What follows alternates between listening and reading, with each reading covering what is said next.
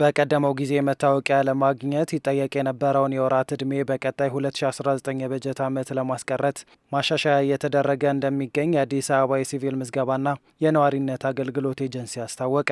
የሲቪል ምዝገባና ቤተሰብ አገልግሎት ኤጀንሲ በዓመቱ የተከናወኑ ዋና ዋና ተግባራትና በቀጣይ በጀት ዓመት የሚከናወኑ ዋና ዋና ተግባራት ዙሪያ መግለጫ የሰጠ ሲሆን በመግለጫው በ2018 የበጀት ዓመት በአጠቃላይ ከ1.5 ሚሊዮን ለሚልቁ ዜጎች አገልግሎት መስጠቱን የኤጀንሲ ዋና ስራ አስፈጻሚ ዮሴፍ ንጉሴ ተናግረዋል። ከዚህ ቀደም በክፍለ ከተማ ደረጃ ይከናወን የነበረውን የመታወቂያ ህትመት ወደ ወረዳዎች በማውረድ ምዝገባ በተደረገ ቅጽበት መታወቂያውን ለመስጠት ዝግጅት መደረጉንም ገልጸዋል። የመታወቂያ አገልግሎት ከዚህ በፊት እንደምታውቁት 2-3 ወር የሚቆይ ነው በተቋም። አሁን ላይ እንደዛ አይነት አሰራር የለም። መታወቂያ አሁን ላይ በክፍለ ከተማ ነው እየታተመ ያለው፣ በ3 ቀን ይደርሳል። በ2019 በጀት ዓመት ጀምረናል። በ22 ወረዳዎች ሳምፕል ጀምረናል። የመታወቂያ ህትመቱ ክፍለ ከተማ ላይ ከነበረበት ወደ ወረዳ ማውረድ አቀደን እየሰራን ነው ማለት ነው።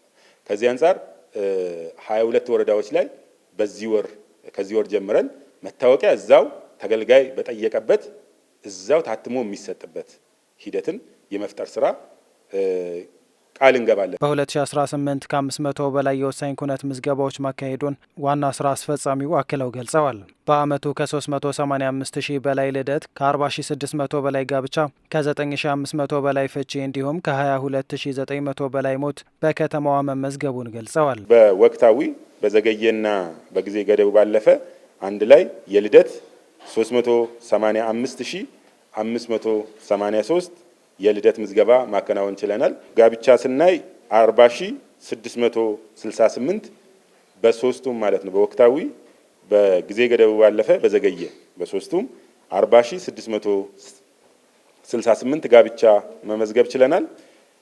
ከዚህ ውጪ ከፍቺ አንጻር 9,558 ፍቺ ለመመዝገብ ተችሏል ማለት ነው። በዚህ በጀት ዓመት የሞት ምዝገባ ስናይ 22,907 የሞት ምዝገባ ማከናወን ችለናል ማለት ነው። መሸኛን ጨምሮ የነዋሪዎች አገልግሎትን ከ148 ሺህ በላይ ለሚሆኑ ዜጎች መሰጠቱን ያነሱት ዋና ስራ አስፈጻሚው ያላገባ አገልግሎት ጋር በተያያዘ ከ136 ሺህ በላይ መሰጠቱን ጨምረው ተናግረዋል።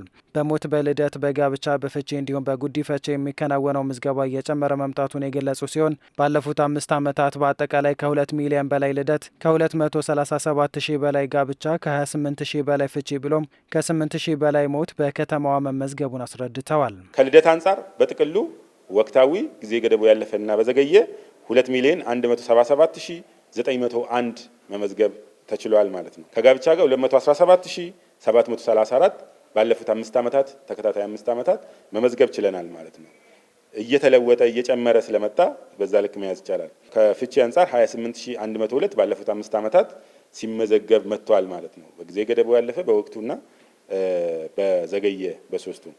ከሞት አንጻር ያው የተከሰተ ሞት ሙሉ በሙሉ 100% መመዝገብ ባይቻልም በጥቅሉ ሞት 86,098 መመዝገብ ተችሏል ማለት ነው። ከብልሹ አሰራር ጋር በተያያዘ 13 አመራሮች፣ 78 ባለሙያዎች ብሎም 14 ባለጉዳዮች ላይ ህጋዊ እርምጃ መወሰዱን የሲቪል ምዝገባና የነዋሪነት አገልግሎት ኤጀንሲ ዋና ስራ አስፈጻሚ ዮሴፍ ንጉሴ ጠቁመዋል። ከዚህ ጉዳይ ጋር በተያያዘ በሀሰተኛ ዶክመንቶች አገልግሎት ለማግኘት የሚሞክሩ ባለጉዳዮች ጥንቃቄ ሊያደርጉ እንደሚገባም አሳስበዋል።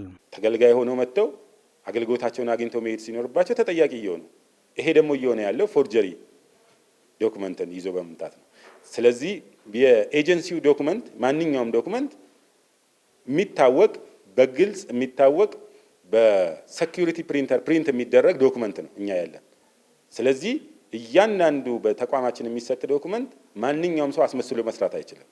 እዚህ ደረጃ ላይ ስለደረስን ማለት ነው እና የህግ ተጠያቂነት ስላለ ማንኛውም ተገልጋይ ፎርጀሪ ዶክመንትን ይዞ ከመንቀሳቀስ ከማሰራት መቆጠብ ይኖርበታል።